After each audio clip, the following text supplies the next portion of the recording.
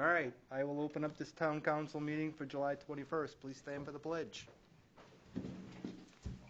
Pledge of allegiance to the flag of the United States of America and to the republic for which it stands, one nation, under God, indivisible, with liberty and justice for all. All you. Next item, roll call. Councilor Fellows. Here. Councilor Lunt. Here. Councilor Albert. Here. Councilor Ward. Here. Councilor LaRochelle. Here. Councilor Colby. Here. Councilor Ganong. Here. Next item, good news and recognition. Anybody got anything that they would like to present since our last meeting? I am drawing a complete blank. I know it's been a busy summer. I just sent a note this week to Mark Stevens and his crew for the work they've done down at Moxie Plaza. They've been really, really getting it done out there, improvising and whatever they need to do to get the tents up and stuff like that. Did a great job.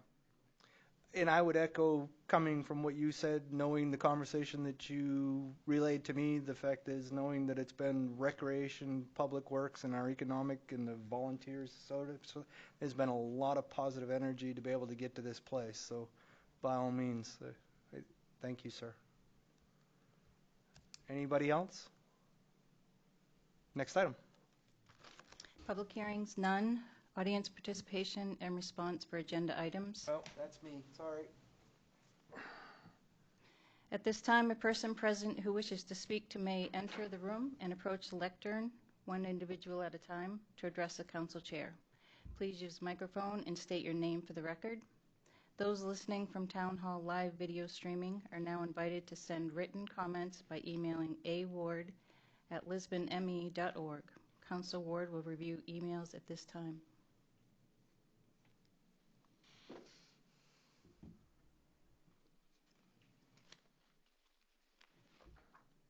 We have nothing at this time. If actually anything comes through the course of the meeting, I will respond periodically throughout. So, next item.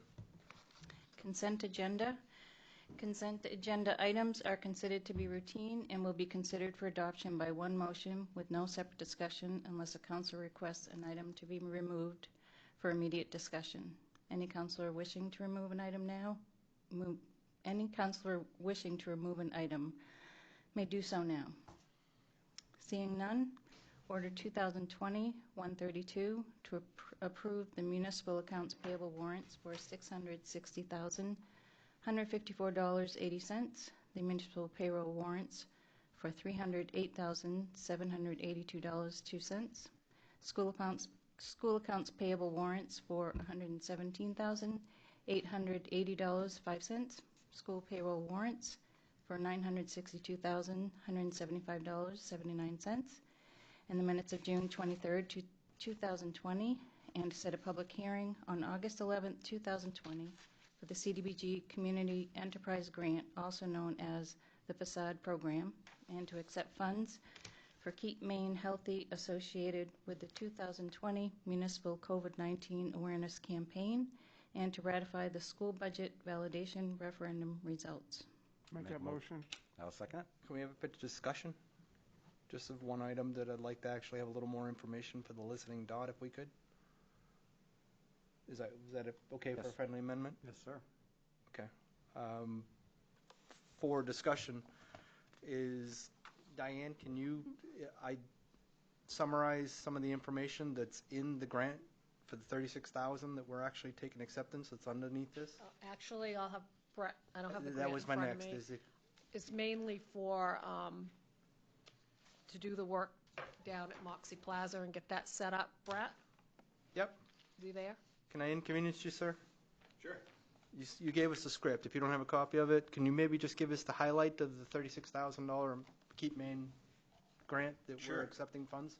Sure. So we invested in detour signage. We invested in traffic barriers, tents,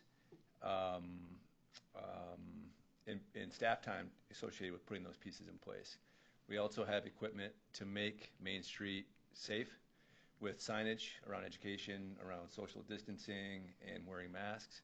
We have 30 gallons of hand sanitizer, 6 hand sanitizer distribution stations, and a few thousand masks, so that anybody visiting Main Street will have access to the right messaging, and they'll have access to PPE if they haven't brought their own. So the idea is to not have put the restaurants in an awkward spot about enforcing anything or having that conversation. If somebody comes to visit the restaurant and they don't have a mask, the restaurant can then offer that to them. So it's a good way to create a safe environment, and it's great that the state will reimburse us for this.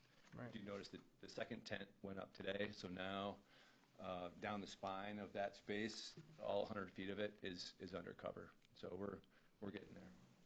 The other soundbite that I would offer for the listening dot is the fact that there's a payroll contingent part for people like Brett, people like our recreation director, people like our public works director, in finance, in administrator, to cover their salary for COVID-related items that were not actually remotely seen when we prepared the budget for last year.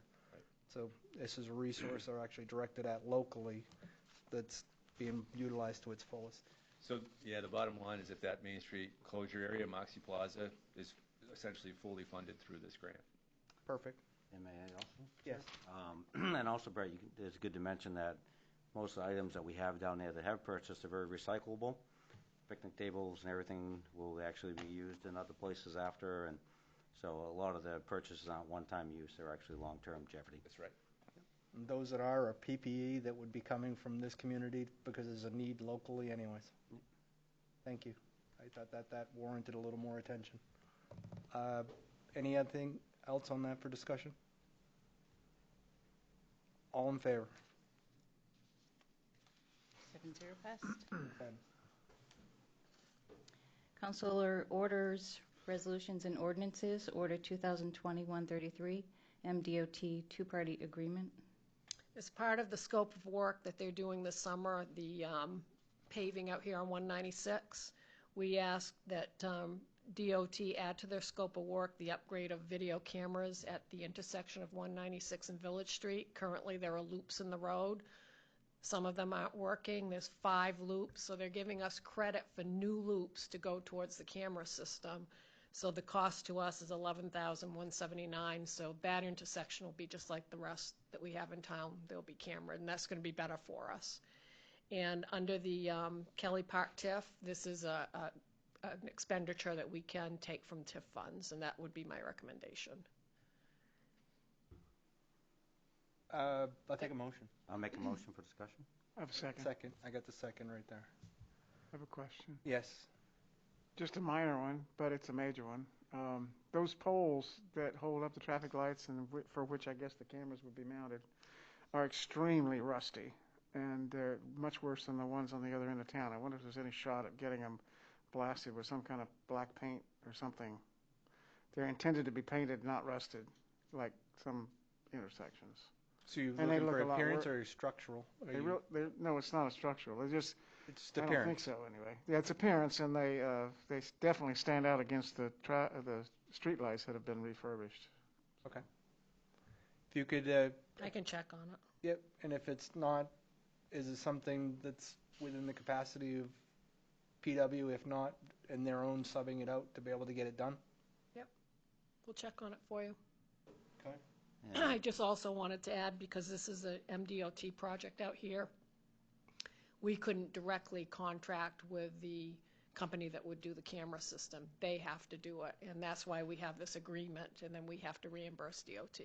that's what I was wondering Yeah. why there was an agreement, if we were actually pulling it out of TIFs.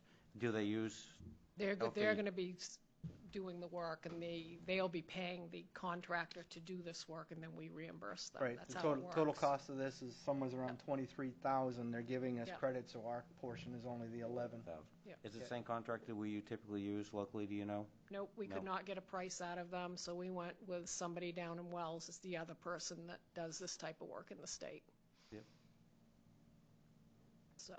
That So, was the only question you had? Yeah, no, I was just curious about the two-party agreement, if it was actually, if it hadn't changed much of our scope of And for what we the were doing originally, but, yeah. For the benefit of the listening dot, if I got this wrong, Randy, correct me, the fact that the benefit associated with this will take it off that cycling loop, that if you miss the light, you actually sit there for the 3 minutes until that comes back around, the cameras will actually expedite that and keep traffic moving through that area. That's correct, because right now it's been set into default. It's, it's back into default over there. So it doesn't matter, it doesn't recognize any cars or anything. So whether someone's there or not, it's still going to cycle through, and You're at the whim of what you hit when you come through it. Pretty much. You either hit it or you don't. Right. Okay. Thank you. I just want to make sure, but I didn't get that wrong from what you presented at the last meeting. Yep. Thank you. Yep. Any other discussion on this item? If I may, just and I guess while we have Randy up here, who's responsible for maintaining the equipment once it's actually put in? Isn't there some agreement that we have that we actually have to maintain the? We do. We do, right? Yep. So periodically, of course, we've had to call other contractors. I think this new contractor that we're going with is going to have a real good service record, so it doesn't take forever, and they're pretty prompt in getting back to us on the phone.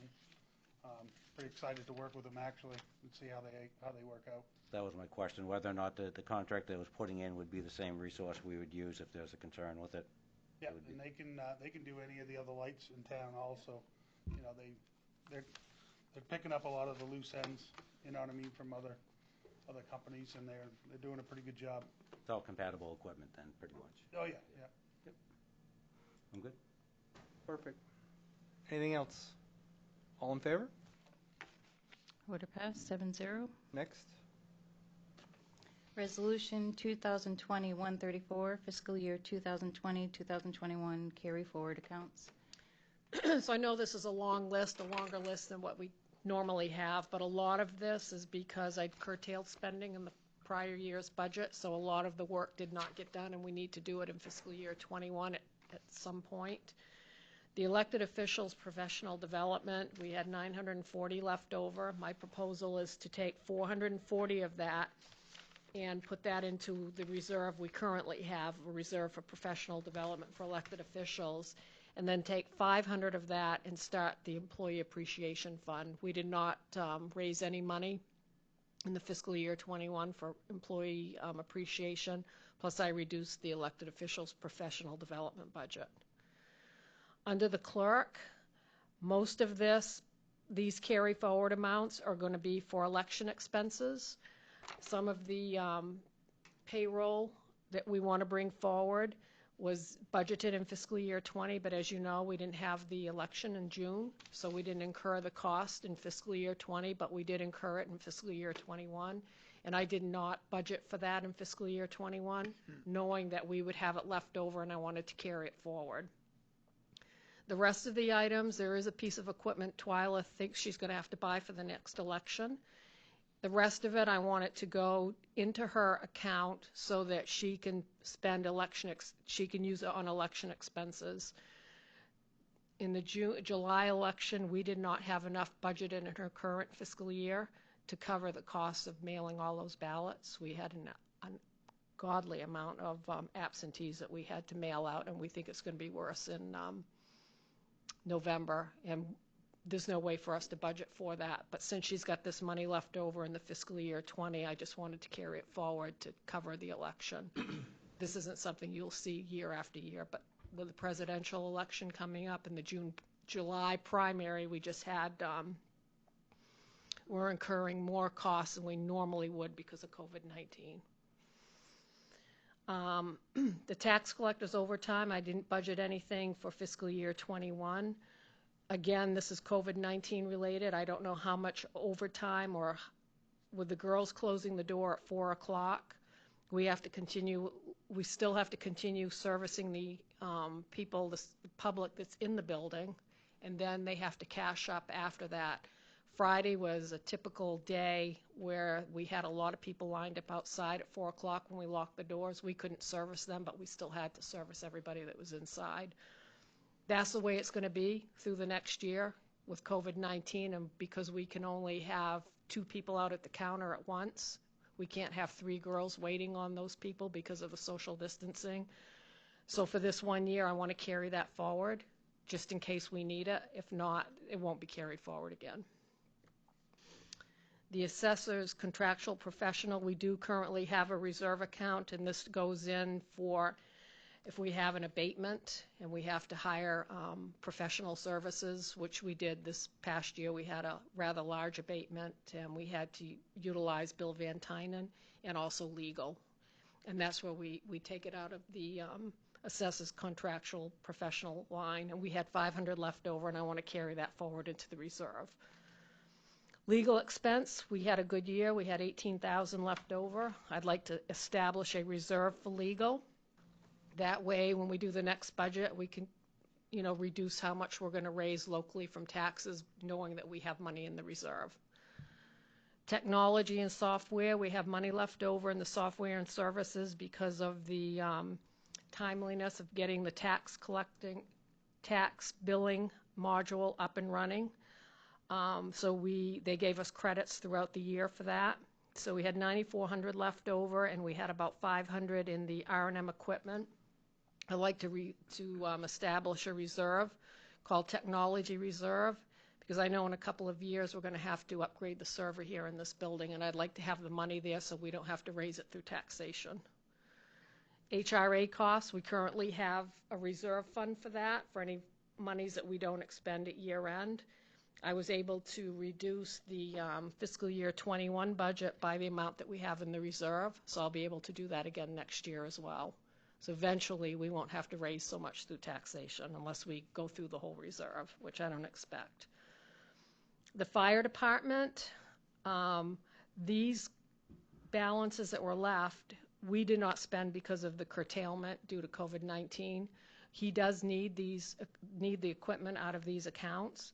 So I'd like to carry it forward and put into his fire department equipment reserve, and then we'll spend it this coming year when we feel that we can spend the funds, as long as we don't have an issue with a cash flow issue. Public Works, the same way with culverts. He would have purchased culverts, but because of the curtailment, I didn't not allow those large purchases. He does have a couple of big projects that he needs to do with culverts this year, so he really needs to purchase it in the fiscal year 21 budget over and above what he currently has budgeted. The rec department, this is all COVID-19 related. Some of these are because he didn't spend them in the past fiscal year, but he anticipates doing it in the current fiscal year, and he did reduce his budget, knowing that he was going to carry forward some of these amounts. And then the wage lines is to help with the transition of Sherry's position and the new person that we're hiring to cover that position once she gets done. Economic development, those are funds that we didn't have to spend. The COVID-19 Main Street that you had set aside, but because we got the grant, we didn't have to spend it. And then dues and memberships, because of COVID-19 and the changeover in economic development directors, we had money left over in that. And also in the supply account, my proposal is to start a new reserve account called local entertainment, so that we can hire entertainment for Moxie Plaza. And that'll give us a good starting. It'll just be in a reserve account, and when we need to spend it, we'll spend it. And the wastewater treatment plant, the same way, we curtailed spending. So for repair and maintenance of sewer and the catch basin, he will spend that in this new fiscal year. And the wastewater treatment plant improvements, 101,000 of the 150 is his new generator. That invoice will come in this fiscal year, because it took a few months to get that generator built. And that is my request for expenses to be carried forward. And most of it is COVID-19 related. Make a motion for discussion. I'm anticipating questions, so I was hopeful. Second. Go. And mine is just more of a question on like the girls out front. Now I know, have we done? Do we have the ability to do more as far as like on a website to actually try to gear people to do stuff online? Because I know We do, and a lot of people do the online. Right now, what we're seeing are a lot of new vehicles. It's unbelievable, the new vehicles that we're registering. Private sales, brand new sales. It's unheard of, right? What's happening right now. And those you cannot do online. Exactly. I'm not sure if actually, because I sometimes go to a website and start looking around, but I'm not sure if there's someone, is there a pretty easy path on our website if someone was to go to our website to show 'em. When you go to the Inform Me, it takes you to the state's website. Okay, yeah, just as long as we actually, because I know a lot of people actually tend to, Yep. if they have an easy path to do stuff online, they will, and Yep. it will free us up a little bit out front. Not for everything, but for some. Right. Yep. Mr. Chair, I have a question regarding that. Many communities, I know we have, when we use the credit cards, we have fees for the credit card. I'm wondering how many people are curtailed because of the credit card fees. Do you get any indication for that? And that's follow-up to that is that I know some companies are temporarily waiving credit card fees or charge fees in the interest of saving money on the other end versus somebody standing outside waiting, increasing costs that way. So I'm wondering if that's even a possibility or whether it would make any sense. It's Inform Me charges the fee, not us. Yeah, that's It's part through of the it's service part of for the state them service. putting us in contact with us. Okay. It's a merchant fee that's charged to the customer for them making the connection with Lisbon. Okay. I don't Well, think that it's the same answers your thing. question. We can't neutralize or waive You'd it. have, or you'd have to pay it, or someone's going to have to pay it, so it's either have to come from the user or the provider, us. right? So, Yeah. yeah. Right. And the way that we've gotten to here at this point, Don, is my choice to use a debit card shouldn't actually cost the taxpayers additional, so we pushed it to the customer. If I choose to do it, I incur that cost, like any other community. I'm not aware of a community that is. No, I understand taking that, and yeah. I generally would agree with that. I'm just saying Yeah. if it's increasing the cost because people are standing out there waiting Yeah. because of it, that's a Then different story. The short answer on that is the fact that whatever can be done online should be encouraged through the re-registrations and those kind of processes, mail in your payments and those kinds of things, which does limit the line. That's an education piece that Yeah. any community is struggling with.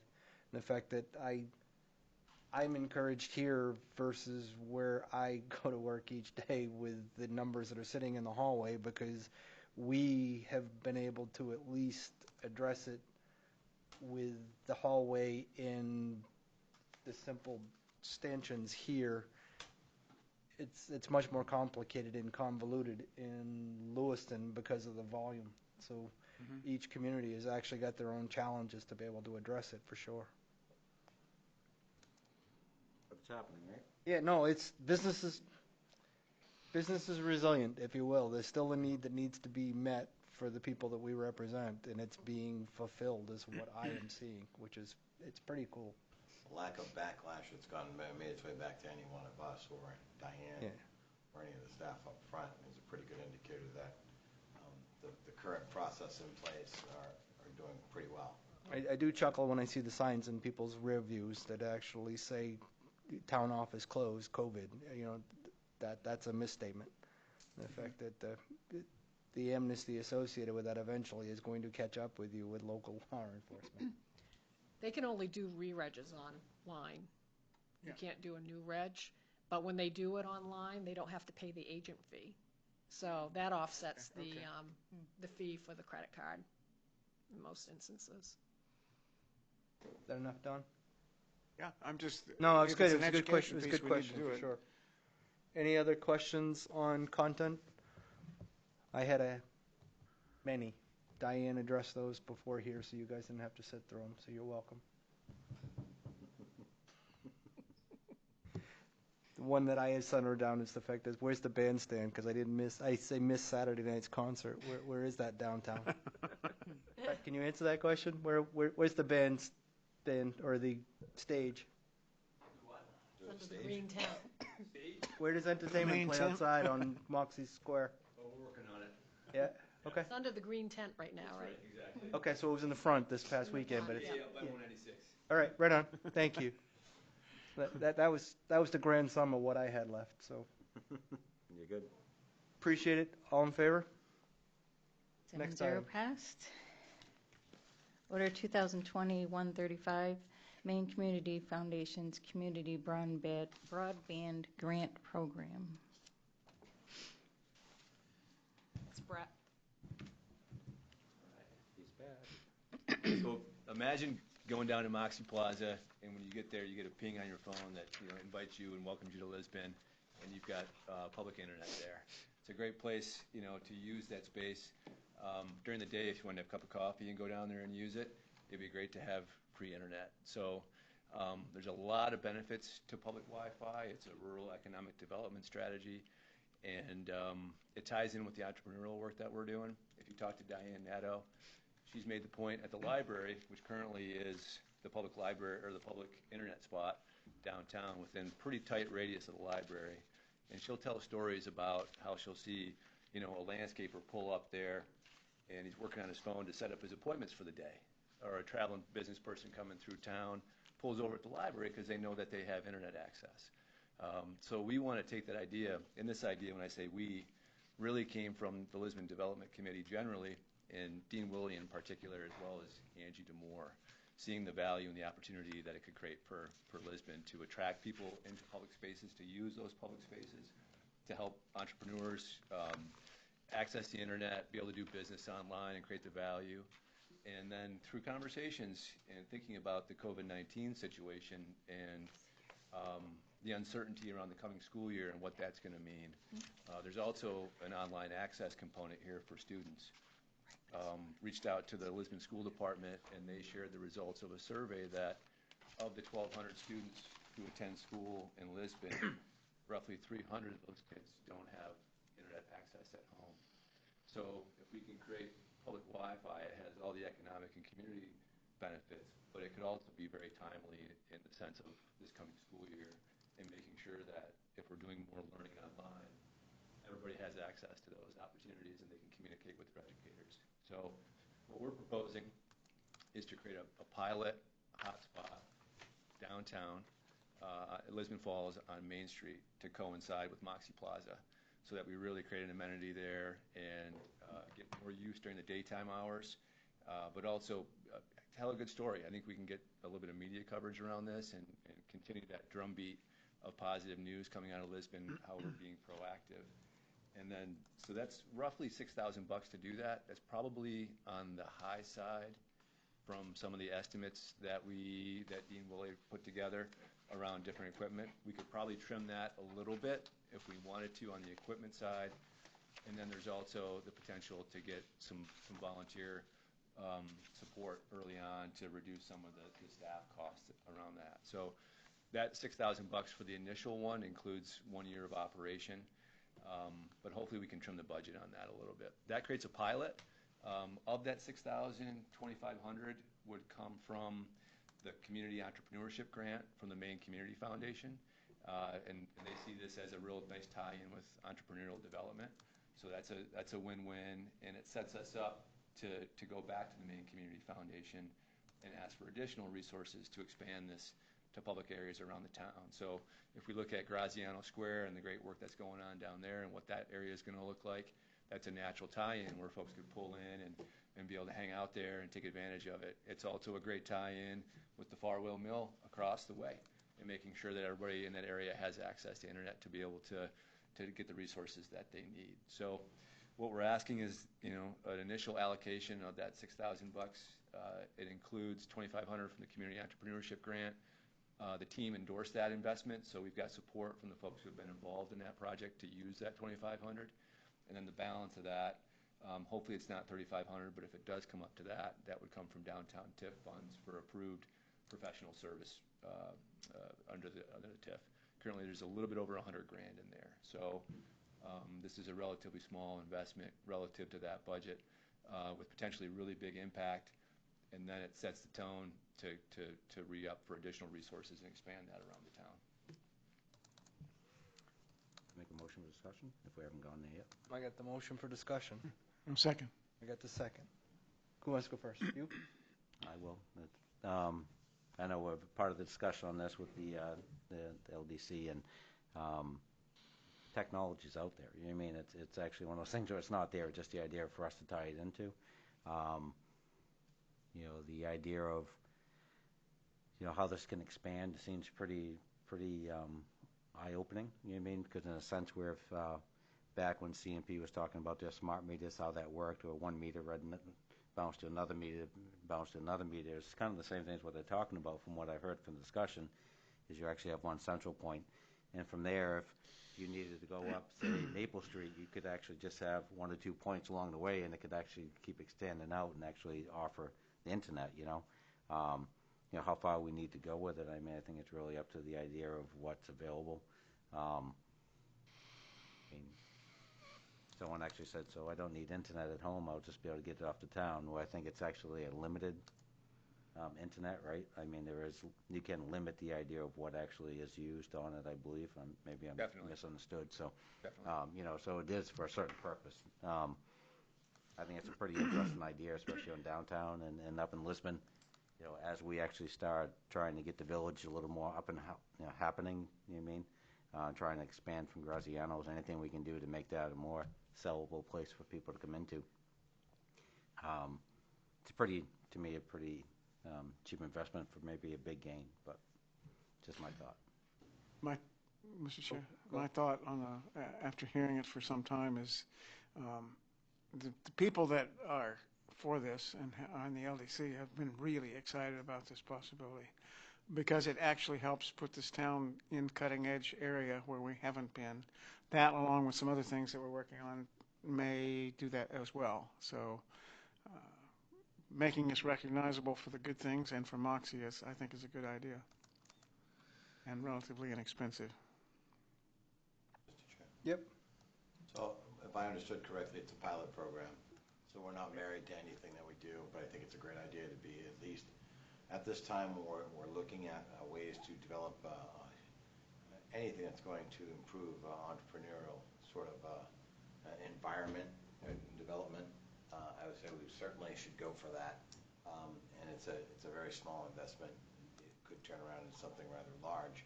So I think it's worth the initial kind of exploration to see what happens. I'm definitely in favor of it.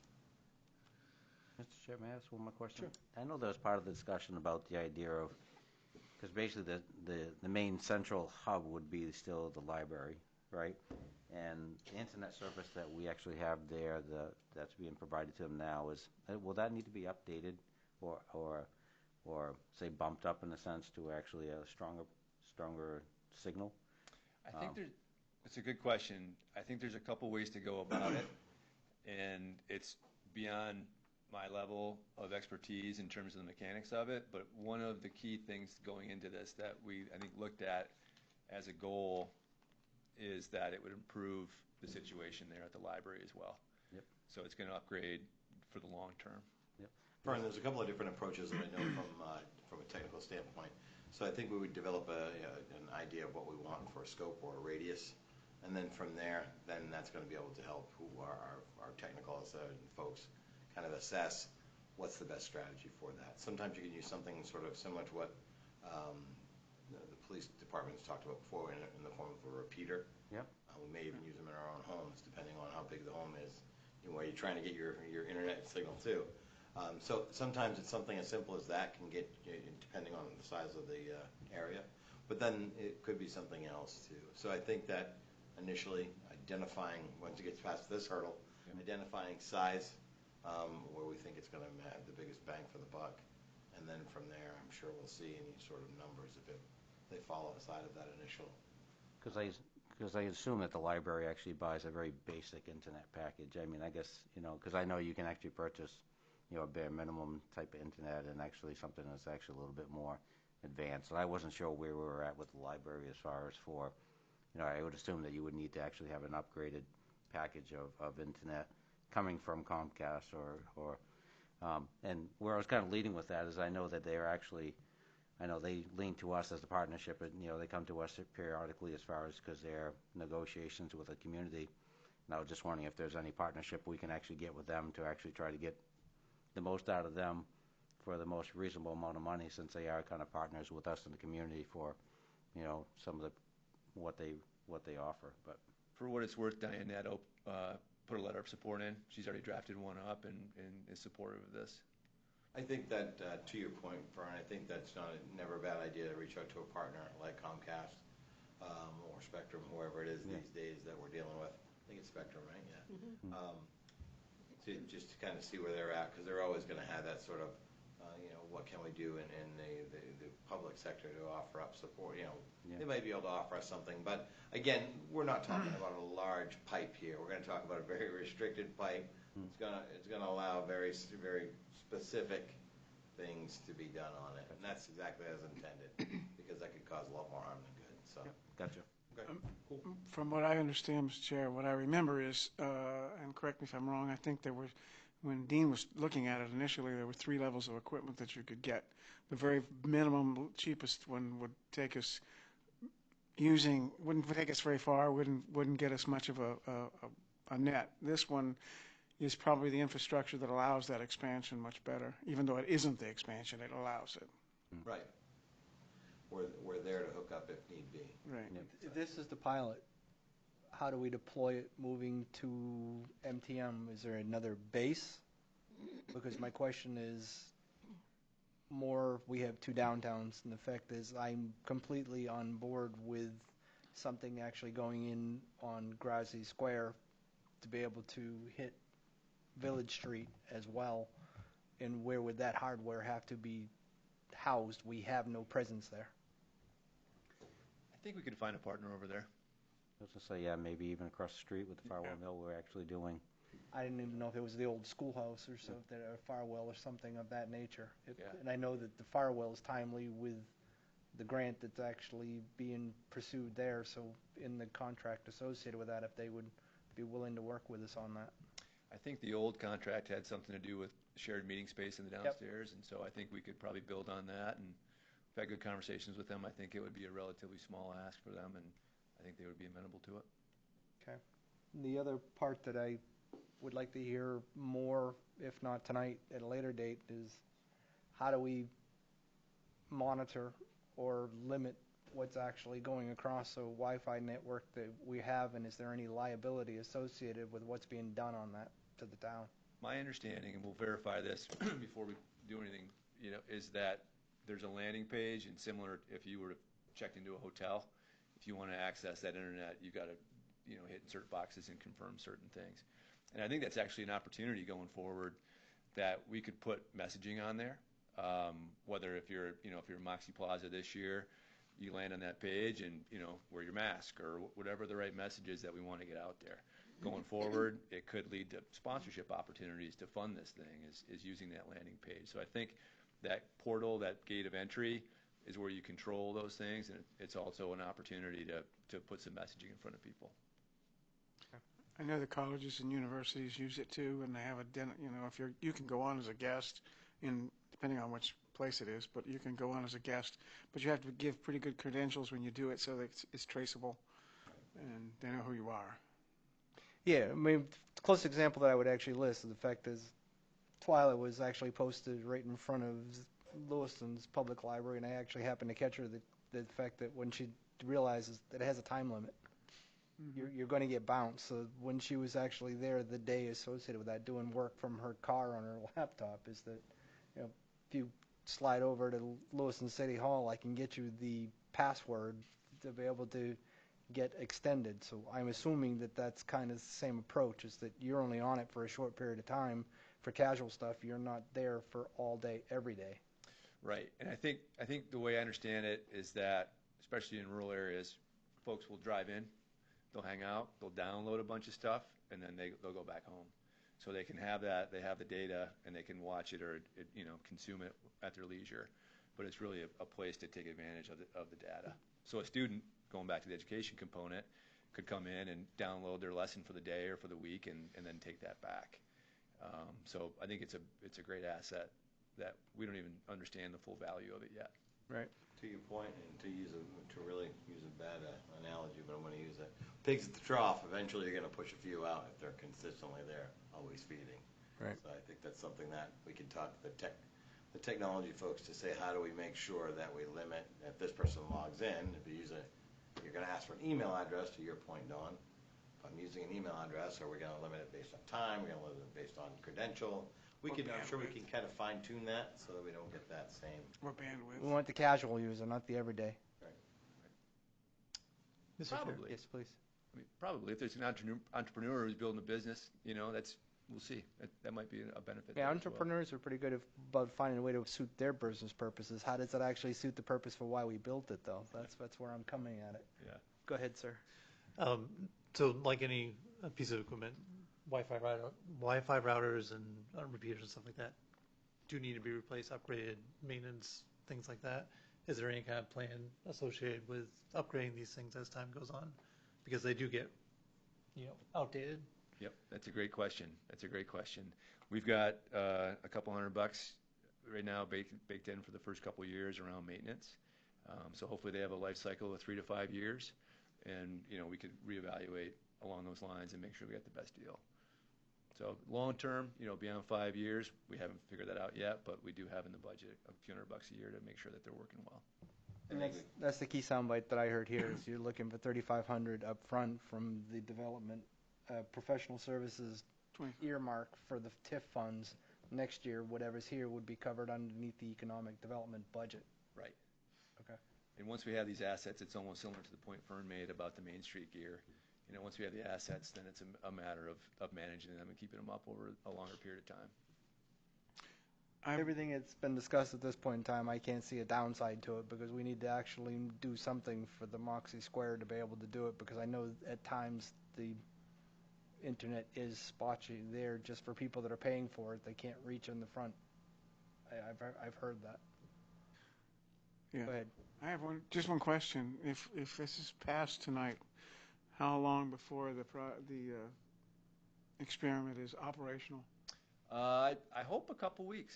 I think a lot of things are moving forward, and I think a lot of things are starting to come together down there. In that August is going to be even better than July in terms of layering amenities. So we've got a couple of quotes already. I think we'll need to get one more quote to fulfill the purchasing policy, and then I think it's a matter of just scheduling and getting folks on board.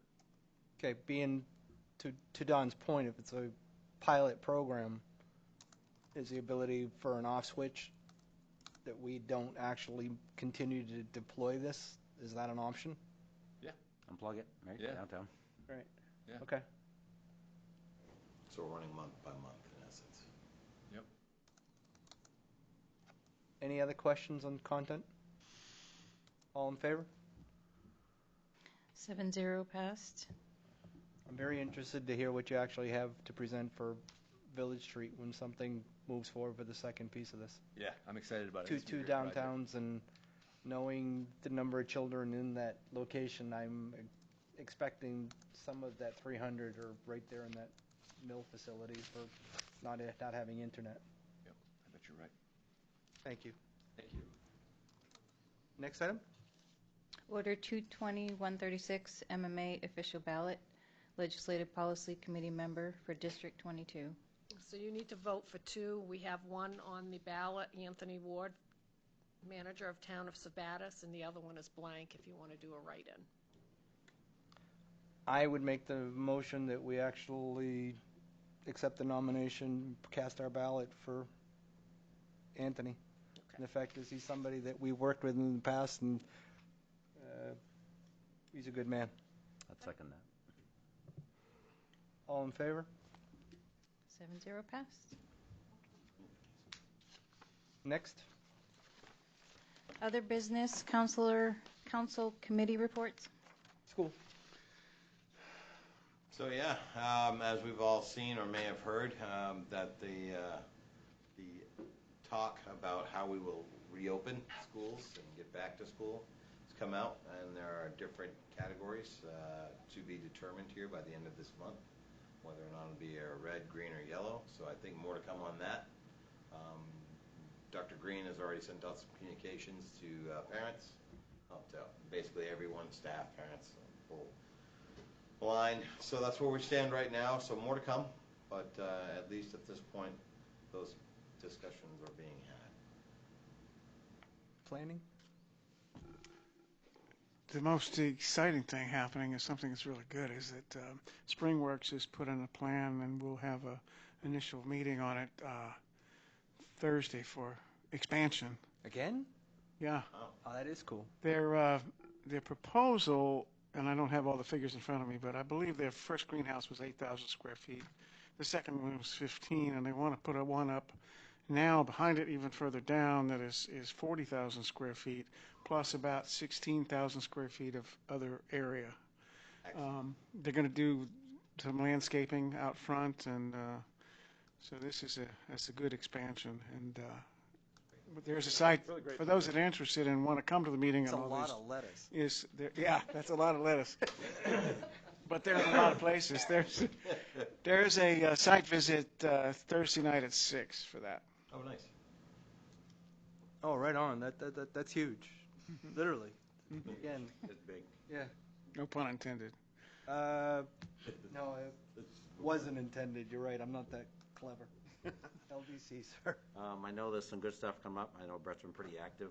I would say anybody that has any interest in upcoming meetings, probably reach out to Brett and just make sure, see what they are, because there's just a lot of things happening right now. So I think there's multiple levels of what Brett's been working on, and LDC is kind of getting to the point now where I think Brett's even talking about the idea of having subcommittees on different activities. I know Don's been pretty active on some of the stuff that's been happening down at Rumbo site and with the downtown and the village. There's just a lot of things happening. So if you have any interest, reach out to Brett. I'm sure he can actually place you in a place that will get you where you need to be.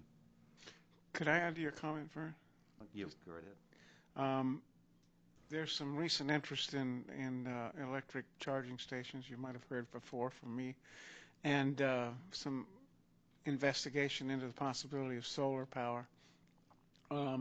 We have tentatively scheduled, I think firmly scheduled, on August 24th. There's a visioning session that will be held downtown at Moxie Plaza.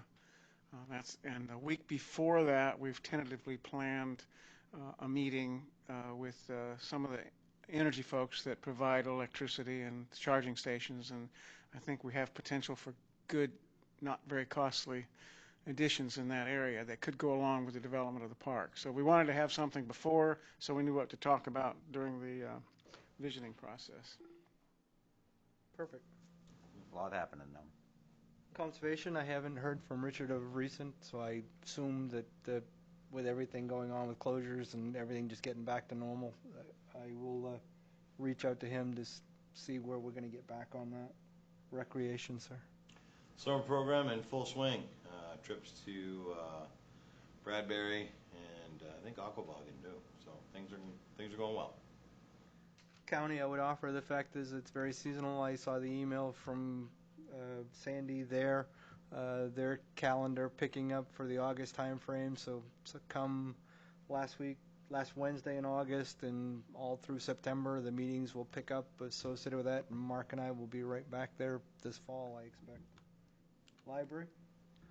The summer reading program is going well, and they've had a lot of participation for their new virtual reading program, and even adults are now pitching in where you can read books and get your stuff put up in the library to show you read books this summer. So it's going well, and all their new renovations they've done with the plexiglass to keep people safe have worked out really well so far, and it seems to be they opened up and have worked well. Good. Waters. I apologize. Unfortunately, I got a notice at 3:40 this afternoon that the meeting was at 5:30 today, and I didn't make it. Understandable. You'll get us for the next I'll meeting. figure it out. Town manager? The assessor started working on the tax commitment today, and it'll be finalized tomorrow, so I'll send out an email once we know the tax rate, but I don't expect it to increase. That's I'm good. hoping there'll be a slight decrease. That was your crystal ball projected into the Sun Journal, if I remember correctly, when I read that article. Yep. And I just wanted to highlight a couple of grants that we've been invited into the project development phase. One is the 2020 CDBG Housing Assistance Grant for $1 million. And the second one is the 2020 CDBG Community Enterprise Grant, and that's for $100,000. So we've been invited into the next phase. Those monies have been set aside for us pending federal allocation. There will be public hearings set up for both of these. One you set tonight for the next meeting, and that's for the Community Enterprise Grant. And we'll be setting a public hearing for the $1 million project at the next meeting. And that's all I have. Can you wrap our head around the Main Street project between you, Brett, and I know Randy's out there as well too. I know the information for Oh, yeah. the plan for that is actually there. Yep. Is that good time for this here? It is, because that's next, well, it's after the department head reports, but we can Is it? start on that. Yep. Yeah. Well, I'd ask a question. Anybody have any questions associated with the department head reports? Straightforward. That meets you right there, Diane. So you have the floor on that one. If Yep. Randy and Brett want to join us, if they're still here for their take on any of that discussion. So we just received notice from DOT that they're conducting an on-demand public meeting. This is in lieu of the normal public hearing process because of COVID-19. So they've put together a presentation that you can view online, and it's very informative. It gives a lot of information on the project and how the different phases of the project. They send out letters to all the abutters along the project route, so everybody will be getting a letter in the mail. They probably have it by now, and it'll give them the website information. Is that on the town's webpage? The The link? Did we? I I'm don't not know sure if I if- put that on there. I don't know Can if you- I. can you- Sure, Ray put it I on will. there. I'll make sure You that guys gets can sent. hit that, but the fact is, we get the listening dot in the corner, which is why I was asking for that, is Yeah, I anybody that think had I saw it. input to be able to go through, because it is a process. I'm quite sure that I sent that Yeah, out I and know it didn't was in get the, if you posted. opted in, everybody Is got Brett it. still out there? Brett's gone. Oh, okay. I just may add to that. I think he did send it out as an alert and put it up, but The- I'll make The sure. alert triggered it, so it's in that content. Yeah. It is. I think I did go through and spent the evening going through that public hearing or whatever they call it, and I got to be honest with you, I've sat through a lot of those, whether it was the bridge or other projects, and it's nice to be able to rewind and actually listen to it again, because I think it was actually you got more information out of it than you did out of a busy room with a lot of people talking. Exactly. I think it was laid out well, and they do have great opportunity there for you to actually make comments or questions and actually get a direct response in writing.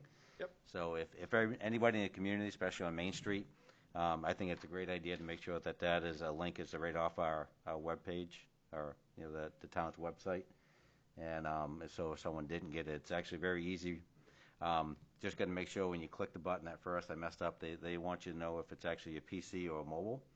And if you hit the wrong one, it doesn't play real well. But as long as you actually know what you have, you're in pretty good shape. But it's easy to go back up and just click it again and it goes on.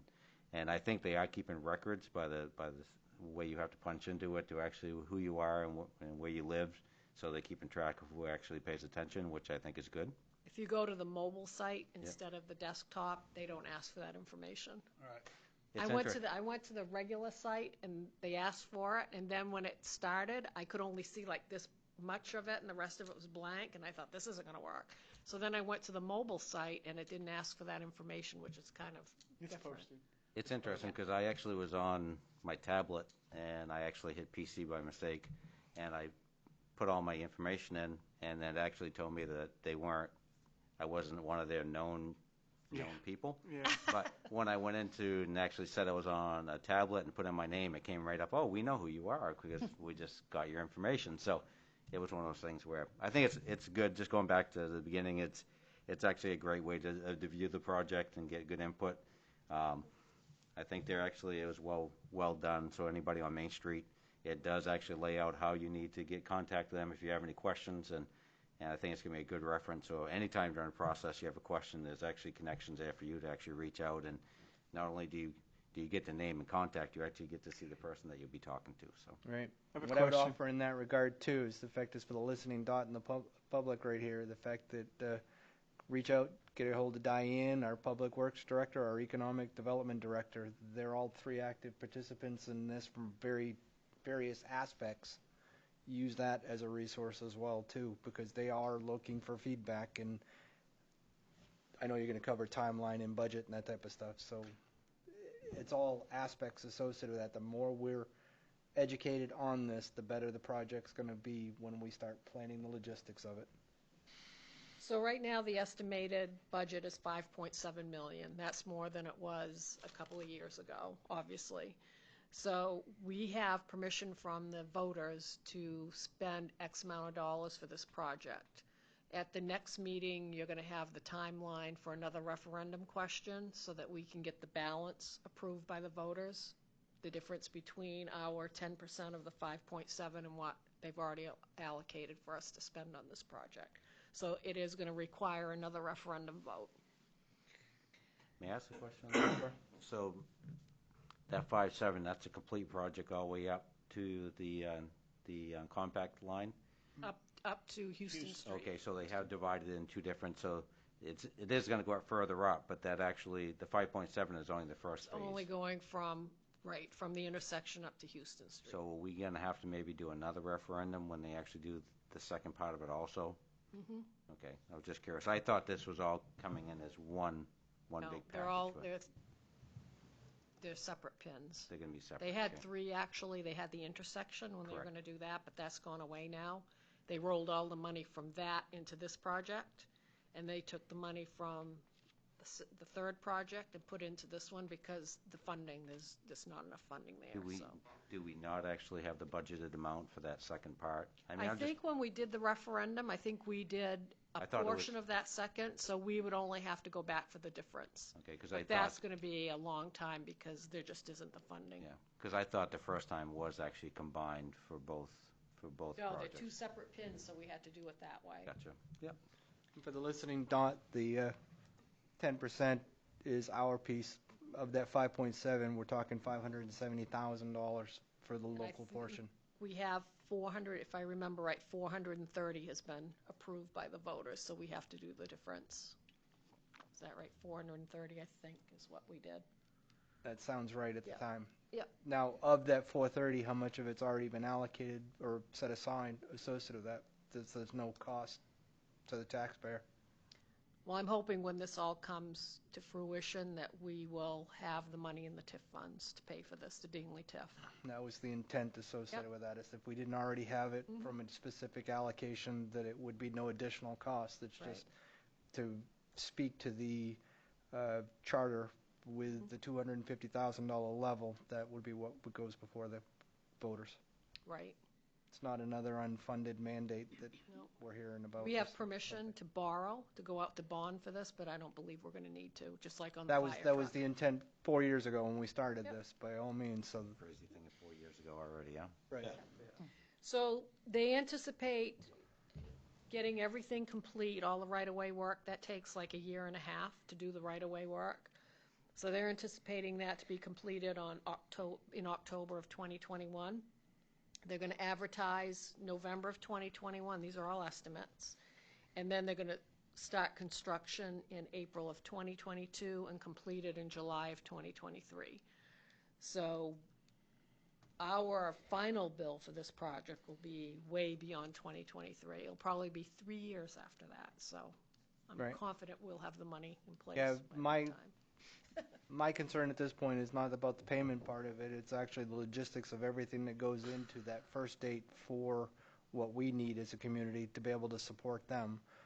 The other soundbite that you guys saw in the communications I sent to you is a coordinated effort, because the fact is Randy and Bill and everybody else that's got this from the different aspects is we got one shot to be able to get everything we've been talking about for Main Street fixed accordingly. That includes street lights, and I even lumped in Unitil.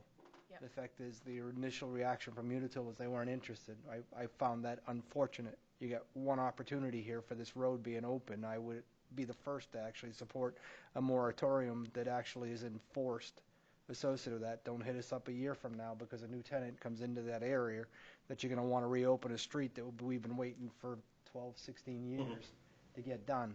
When they did the survey a couple of years ago, they just didn't get enough people that wanted to sign up for it, so the return on their investment was not there. But things have changed in 2 years. There's a lot of different players along that route now, so we're going to go back out and do a survey, and we're going to do it jointly. It will be a letter coming from the town and from Unitil.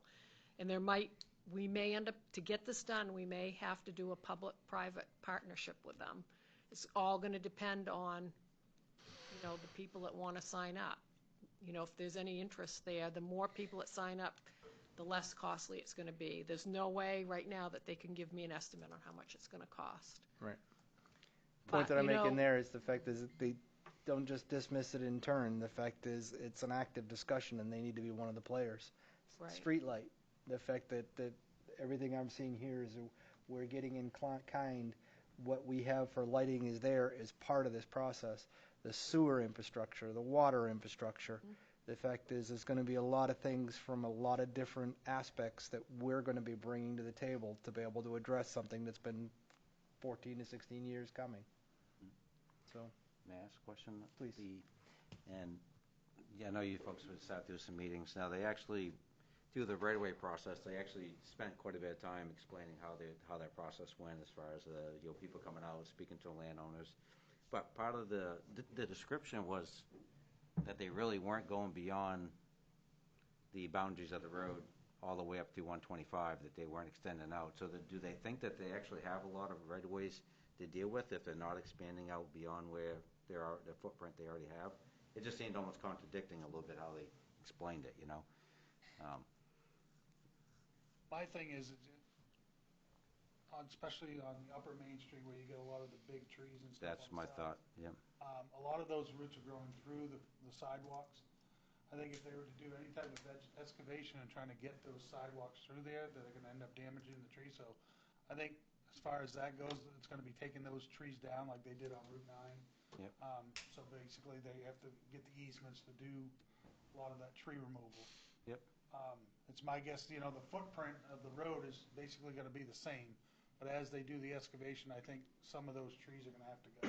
Yeah, I think I spoke to someone that said pretty much any size, any tree of any caliber next to the edge of the road is probably going to be coming down. Gotta go. Yep. Yeah, which makes sense. Yep. and the last time they came through there's somebody very publicly that was completely pissed off just around kitty corner when they took the 4 trees in front of that huge house. Yep. It was somebody quite specifically with opposition. I forget who it was, but let's try to get it so the fact is history doesn't repeat itself. That They actually, in the videos, they actually mentioned that any landowner Yeah, who that it was, actually but he has was any pissed. concern, that they'll meet on site Right. to explain exactly what the process will be. So not only are they explaining it, they're actually giving you the communication on how to get a hold of the person and when it's going to be. So I think that they actually, if you do watch the video series, it does lay out exactly what needs to be done and how it's going to play out. if I had to find a silver lining for COVID, I think this was actually a pretty good one because the fact is, rather than having a presentation where all of this is lost in public, I was also the same way. I went through the technical thing 3 times. The fact is, each individual component is a soundbite. You can go right back and listen to what she was trying to tell you. I think it's kind of cool the way it was packaged. And hopefully some of this will avoid some of the problems we're having on Main Street now with the storm water ripping up bubbling up the intersections and stuff, because all that sounds like it's going to be all replaced. I mean, quite a ways away from the road, too. I mean, the section from Earl Street to North Street is totally plugged up. Yeah. Which is the way, as you know, Earl Street was closed for a while. We had the sewer department go down and snake it and take out as much material as they could. They made it through the first time. Second time they hit a wall. So it's either one full or there's a collapsed spot in it. I'm not going to waste the town's money and dig it all up because it's going to get replaced anyway. Under normal circumstances, under normal rain events, it's fine. But if you get 2 inches in an hour, it's not going to handle it. Been that way for, 10, 20 years now, pretty much in a sense, in that area. But, Like Button says, it's been like that probably 15 years. and one of the things that they do explain in is the idea that it's just Main Street, but yet some of those side roads are going to go up, 1 to 200 feet up the road, actually, with North Street and Beaver specifically. Yeah. rebuilding to actually meet the new grade, which is kind of exciting. So. That much less I got to pave. We're Hopefully, excited they're right? putting the street lights in, because we own all those street lights downtown, the Yeah. decorative ones. So they agreed to put that in the project, so we only have to pay for 10% of all new lights. Yep. Is it new lights or just the idea of them reinstalling what we have? No, new. all They new. did agree All with new. new. Bases, wiring, and everything. That's very cool. Because we're finding those lights are pretty Valuable. valid right now, especially since they actually have electrical connections on them. We can plug in decorations and Right. maybe hot spots. Good tip about those lights is that if you try the outlets after dark, they work fantastic. If the sun's out, not so much. Put your hat over the top of the Put light. a hat it over works the fine. top. Buttons came down and schooled us. Need a hat, right? Little yeah. generator needed. It all worked Little, out, but little electrical tape on the I top. thought I was gonna be all, I'm Yeah, that's prepared, exactly. go down the day before, try it all out. And I'm not sure if we're there yet. Can I ask another It all question? worked A out. black bag over the Yeah, head. that's it. So, It all worked out. so reading what they were talking about the crosswalks and stuff, which seems pretty compatible what we got there right now. And then they mentioned the idea that, and I always thought it was for another reason, but like up front of Haggerty, you actually have the bump out of the road that actually makes it very difficult for you to plow and to clean up. Yep. And they say they do that to extend the walk. pedestrians outward so they actually are visible for the crosswalk. Right. So that's still remaining the same. It sounds like it's new, but it's actually basically putting back what's already there. Can I ask a question on those quite specifically? Yeah. The fact is each one of those bump outs actually going to be identified by something that's permanently in the ground that's actually going to be taller than 3 feet tall? I can cite a case with the fact is it cost the city of Lewiston $7,500 to damage to actually replace a plow that hit one at 25 because it wasn't visible. Ours is a street light right now, basically in front of Yeah, Haggdy's, right? I don't believe there's anything gonna be on it other than, I don't care if it's a trash can. yeah, I mean, The fact is, if usually we remove them all because when we're doing the sidewalks, but, it's I think there's only 2 bump outs that are gonna be there, up front of the library. It's basically gonna look the same way it is. The guy that plows that knows they're there, so Okay. it's not gonna be an issue, but, and rarely will you ever get 25 miles an hour by Union Street. yeah, no, I don't you know? disagree. And it But, was, the only reason I bring it up, Randy, it was right in front of City Hall. yeah. Can't miss that. Probably rattled the windows too. Yeah. But, no, I think, the guy that we have plowing that, and it's, if we didn't have those, you're gonna lose more parking spots. Because the reason why, and going through this, and I don't know if you've already seen, but we've lost quite a few spots. Actually, it looks, when I count it, somewhere between 8 and 10 up the road, because now every time they have crosswalk, they can actually eliminate parking spots, 2 or 3 on either side of the Right. You crosswalk, got so some there's out front of the fire visibility. station. There's actually a sheet here, and there was a link There's a that lot in Diane front of sent the me. fire. And, Sausage we're kitchen. actually losing like 20 parking spots. Really, so more than I thought. So, More than you thought, yeah. because I figured there was 3 crosswalks, and if you actually do like 4 per, yeah, I guess, and up front of the fire station, there is 5 or 6 right out front of that One whole area. side in Because front of on the fire the, department. on the side of Frank's, we have 13 existing and 10 are proposed. Across the street from Frank's, there's 9 existing, and there's gonna be 6 proposed. On the other side of the Union Street, all the way up to School Street, there's 18 existing, and there's gonna be 14 proposed.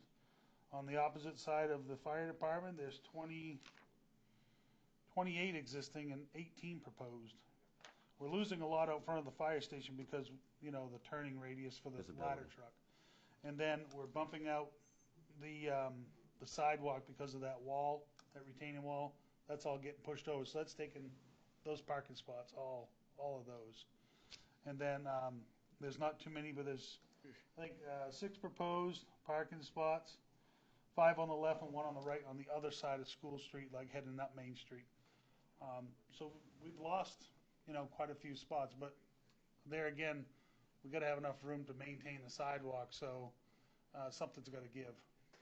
I think if I may, if we're able to actually, at some point in time, improve whatever parking lot you'd want to call it, a park behind Right. Bono's right now, and actually make that so it's an overflow parking lot, so people in the fire department actually can park there. Yeah. You know what I mean, if they're actually having a meeting or other training versus the idea on the road, that will actually offset some of that parking. Yep. If there's an easy access from the parking lot up there, and the other parking that we have off Union Street, I think some of that will offset it. Yeah, it's kind of interesting how they were explaining, because I know I asked you, Randy and Diane, about how they were going to, some people call those the gravestone stones that actually lean up against the, Yeah, right, yeah. there's a lot of different, but they're actually narrowing the sidewalk, extending the lawns further down at a more of a gradual slope, Putting another wall out in and front putting of a that wall. shorter wall, so it's going to be a shorter wall with more grass with a narrower sidewalk. That's right. But it seems like sidewalk's already narrow there, but I guess I mean, as long as It's you have, impassable for the machine to actually blow the snow through there. There's just no room between the wall and the pole. So there's a section there that doesn't get done. The machine has to go around it and hop back on and then go again. It's just not even, it's only 30-something inches wide. What about, I'm just thinking out loud here, what about the businesses that are right next to, and I'm thinking of the insurance company, they're not there 24/7, 365, and they have an abundance. They have of parking in the back too. Yeah, they have an abundance of space there, right there, that I can think of, and I'm sure there would be a willing partner. I don't want to speak for them, but I'm sure in most cases. And then there's parking out back of Bono's too, Yeah. out back of the sausage kitchen. So. Right. So I think Not to mention the possibilities across 196. well, Yeah. I didn't want to bring that up. Working on that. Yeah, I don't want to bring that up. I think we all think of that. But, Well, that's part of the deal, yeah. Yeah. it is. have they, may I? Please. With, it's interesting because some of there's a couple things contradicting in their reports because one actually mentioned that they're actually going to try to keep the business fronts open and available. But then later, one of that person says, be aware there will be actually road closures and detours and times where you can't access. Right. So I'm sure there's going to be a little bit of both. If they actually have, it sounds like they're going to do it very much like they've done Hollowell and other areas where they actually do one side of the road, tear it down 6 or 8 feet, do the utilities, bring it up, and do the other side. That's pretty much going to make it impassable for our fire trucks getting in and out of the station for a period of time. And I'm sure we're working on a plan B, maybe to work out of the other station or something for a while. I'm not sure if it just sounds like that could be a pretty messy area for a period of time, but which may change a lot of downtown abilities. But For those days, they can probably park them down at the Public Works. You know what I mean? We can house the trucks for a little while. Yeah. I mean, it's better than nothing. Yeah, I'm just sure that I'm sure there's going to have to be a plan B at some point in time, just while they're actually in the meat of it, because it's going to be a big project. Yeah, exactly. Anybody else? Thank you for that. It was a lot of really good information in there as well too. So I just wanted to be able to highlight that tonight for discussion because it's the first year, and as long as we've been sitting here, and some of us longer than others, the fact is we've got a plan. Once we got a plan, the fact is whatever we can do to make sure that it comes to fruition, I'm all for it. I'm just interested to see what they find down that road. That road's been there a long time. Oh, yeah. Yeah. Be interesting. Next. Appointments, Order 2020-137, Appeals Board Member to 2023. Could we wait and do that after the executive session? Sure. Please. So for the listening public, we will be coming back. There'll be some action. Next. Council Communications. Anybody? Yep, I do. Quick one. I just want to thank all the different departments. Economic Development. I want to thank Public Works and the Rec Department for getting together and taking an idea that was spitballed a very short time ago and turning it into a living and breathing part of our community. It's been a great success. Kicked off just one more component of it this last weekend on top of what they've already been doing. So hats off to you all. You worked very hard, and the fruits of your labor showed up really nice. That's it. That's all I got. Anybody else? I got one that I was reminded of with a conversation with another counselor earlier in the week, and I'll give Fern the credit for that. We recently voted to approve the sale of a tax-acquired property. That fund, is that still sitting in an account available for something for future? Mm-hmm. I would like to re-explore the pursuit of Getty, if we could, and actually possibly see if there's a number that's actually more obtainable to be able to keep that dialogue open, to be able to address parking in that area. Okay. I think it's worthwhile, and one of the points that was actually made for that conversation is we firmly are in the camp that we're not to be in the market for real estate. But in the case, the effect is when the real estate actually either has the ability to shape what we're looking for in an area like the Warumbo site, or in this case, to address a specific need I think it's in our best interest to use the funds that are actually set for one investment there for a future use in this community. So, If I may add to that, I think that goes along even with the village. I mean, I think as time goes on, as much as the town shouldn't be in the real estate business, I think in the sense that the more that we can actually work with, the better tools we actually give our economic person to actually bring people in. So. right. Thank you. Anybody else? Seeing none, next item. Audience participation for new items. At this time, a person present who wishes to speak may enter the room and approach the lectern, one individual at a time, to address the council chair. Please use the microphone and state your name for the record. Those listening from Town Hall live video streaming are now invited to send written comments by emailing award@lisbonme.org. Council Ward will review emails at this time. Seeing nobody other than our unruly finance director sitting in the hallway, we're all set on that angle, and I have no emails at this time. We're going to move right on. Executive session, Order 2020-138, 139, and 140, to go into an executive session per 1 MRSA Section 4056C, Economic Development 4056A, Personnel Matters, and 4056D, Union Negotiations. I'll make that motion. Second. And as we discussed, the fact is we will coming back for a short thing associated with one of those items for that, so we'll reconvene. All in favor? 7-0 passed. Are we jumping ship or are we staying right here? I think we'll get all the audience out, all 100 of them. Our unruly finance Good, director. good. Baby pictures. You got a sticker? Yeah, right? Baby pictures. I will put on the mask for baby pictures. Let me find it. There's More than more. three. All of it for There was the more council, back. too. This is serious. March than there is now. Okay, Here we we're go. ready. You're on. So the first motion is to ratify the Maine Association of Police Union contract with the town of Lisbon. I'll make that motion. Second. All in favor? The second is to appoint Zachary Stevens to the Appeals Board. I'll make that motion. I'll second that one. All in favor? Welcome aboard. Last motion is to adjourn. I'll I make need the a motion. motion. Second. There's been a first and a second. All in favor. Thank you very much for playing along. See you tonight. Thank you. Enjoy your evening. Good Thank you. You're waiting until it closed, Norma.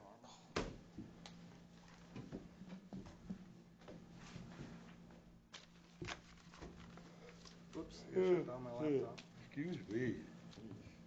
So Don,